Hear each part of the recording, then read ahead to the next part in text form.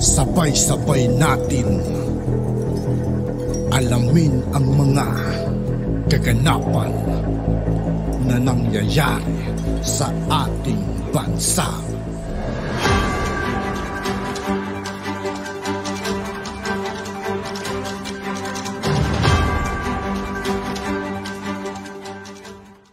Yo, what's up mga kaibigan? This is I2K po again. Ngayon nandito naman ulit tayo sa channel ni Philippines Trending News. Dito naman ulit tayo magbibigay ng komento at reaksyon. Kaya samahan nyo ko guys. Let's go! Pakinggan natin mga Lods ang sagutan ni VP Inday Sara and ni Senator Raffy Tulfo sa Senate budget hearing na nangyari kamakailan. And dito nyo makikita na alam ni VP Inday Sara ang kanyang ginagawa and nakikinig siya and nag-a-accept siya and napaka-humble niya.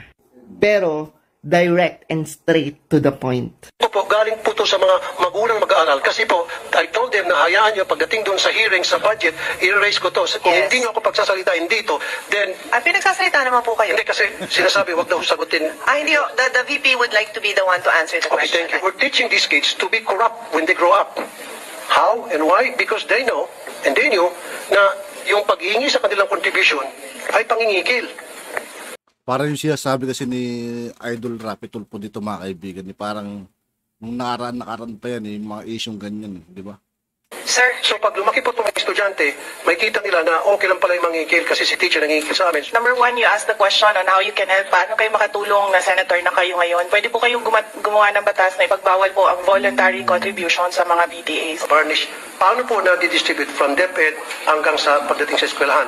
Cash allowance ang mga teachers. At ito ay taon-taon na ibinibigay sa mga teachers. Kaya hindi po tama na magdemand ang PTA na magsusolicit ng contribution from the members of the PTA para mabigyan ng chalk allowance ang mga teachers because meron ng panukala sa both chambers of Congress na i-increase yung cash allowance to 10,000. Yes, Madam Chair, Your Honor, we take note of your advice. You don't answer, you don't sign department orders. We take note of your comments, Your Honor. Thank you, but Your Honor, they must answer these questions because itong question ko po, galing po to sa mga magulang na mag-aaral. Kasi po, I told them na hayaan nyo pagdating doon sa hearing, sa budget, i-raise ko to. Kung hindi nyo ako pagsasalitain dito, then... pinagsasalita naman po kayo. Hindi kasi sinasabi, wag daw sagutin. Hindi, the VP would like to be the one to answer the question. Thank you. That's my understanding. No, I'm just moderating for everybody. I'd like to put in a record, kung dadagdagan pa yung budget ng DepEd, I will support. Kaya lang, kailangan ko lang po ng mga kasagutan sa ilang katanungan ng mga magulang na mag-aaral. I don't have anything against. In fact, confidential pa na marami nag-question, I don't give a heck about that. Walang pakialam dyan.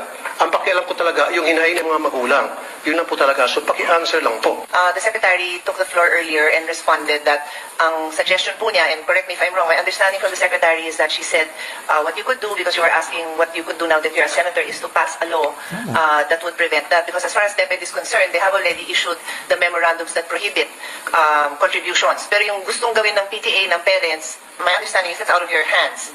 That's out of your hands what the PTA would like to do. Although, I think maybe an assurance that hindi naman in-encourage talaga yun. Di ba? It's not encouraged. It's not, you cannot, they do not mandate it. They follow that. That's my understanding. Madam Chair, okay, ano kaya tuwing magkaroon ng PTA meeting, nandoon po yung taga-DepEd para i-monitor yung proceedings ng meeting, para pagsabihin ng DepEd, hey, meron na kami memo dyan na bawal ang pag-uusapan ng project, umayos-ayos kayo, pag-usapan nyo lang academic performance ng estudyante. Is that fair enough? PTA ho means parent-teacher. So, may teacher who na-present doon. Yes. Madam Chair, Your Honor, we will submit the downloading of MOOE up to the school level to the Finance Secretariat. Test tube. Hinihingi din po kasama. Pwede bang submit natin? Kasi sir, I've reminded everyone who's last na naman po, Madam Chair. Last na naman. Sige. Test tube. Alam ko meron natang 500 billion na budget para test tube. Parang every year, billion-bilyones ang nahanap para sa test tube. Kasi marami rin po akong mga magulang na reklamo, pinapakontribute para sa test tube, laboratory test tubes. Test tubes, paulit-ulit po. Every year, hihingin po ng contribution ng estudyante. Pwede po ba pa-stop na natin yun? Yun lang po. So, stop na po natin. In short, lahat po ng contribution para sa maintenance ng school. Ang pakiusap po ng mga magulang. Although, maganda naman siya sabi ni Senator Tulfo mga kaibigan. Tapos, nagugustuhan ko yung sagot ni VP Sara. At direct to the point din talaga. Tama din naman sinabi ni Kwan dito, Mr. Real Talker. Through me, stop na po natin yan. Pag na-stop niyo po yan, I promise you I'll support your budget every single year and you will not gonna hear anything from me. That's a commitment. That's a promise. Ito'y alang-alang sa mga magulang na mga lumapit sa akin. Madam Chair, Your Honor, we take note of the advice of the Honorable Senator Raffy Tulfo. Napaka-humble talaga ni VP Inday Sara. Kumbaga, she accepts and at the same time, no, kumbaga, she take notes about ano yung mga concerns and willing naman siyang gawin. 'Di ba? Willing naman siyang i-follow iyon. Pero as far as I know kasi mga lods, no, ang PTA meeting, no, yung sa mga parents, hindi naman sila, 'di ba, inuobliga na mag-donate or what, 'di ba? Kasi tawag nito, may mga parents din talaga willing to contribute. Nung panahon ko nung elementary ganun. Inuobliga talaga nung meron pa tatakutin nila, hindi bibigay yung card. Ay, nung high school pala yun, mga kaibigan. May mga ganyan pala nung araw, no? May mga ganyan pala. May mga ganun nung araw, mga kaibigan. Pero sa ngayon, kasi nung nakaraan sa high school ng anak ko, mga kaibigan, nagbayad daw ng 500. Pero ngayon, alam ko na gagawin ko. Kung sakali magpapamiting ang teacher, kaya questioning ko yun kung sakali yun magkakaroon ng contribution, ano. Hindi naman masama kung magsasabi tayo ng totoo. 'Di ba? Like for example, yung kulang sa electric pan ang classroom, 'di ba? So may mga teachers na willing to contribute para sa mga anak at estudyante din at least makatulong. 'Di ba? Kumbaga nasa mga parents na kasi 'yan eh. Tama. Kumbaga kaya nga sila nagmi-meeting and hindi naman siguro pinipilit na mag-contribute lahat ng parents. Correct me if I'm wrong lang ha sa mga parents diyan. Pero hindi naman obliged na mag-solicit or magbigay ang mga parents. Kasi nagmi-meeting naman yan sila, di ba? Yung PTA, nagmi-meeting naman yan sila. And agree naman, kumbaga may pinagkasunduan sila dun eh. And nagkasundo naman, so that's why yung iba ay willing to contribute, di ba? Willing to, kahit papano, willing magbigay. Parang kasi, sa nakikita kasi natin mga lords, sobrang tagal na kasi yan ng mga issue eh, di ba? And si Senator Raffy Tulfo kasi pag nagtatanong, di ba, parang ang pino-point out niya parang kasalanan ni VP Inday Sara na may ganyan. Yun din yung napansin ko, mga kaibigan.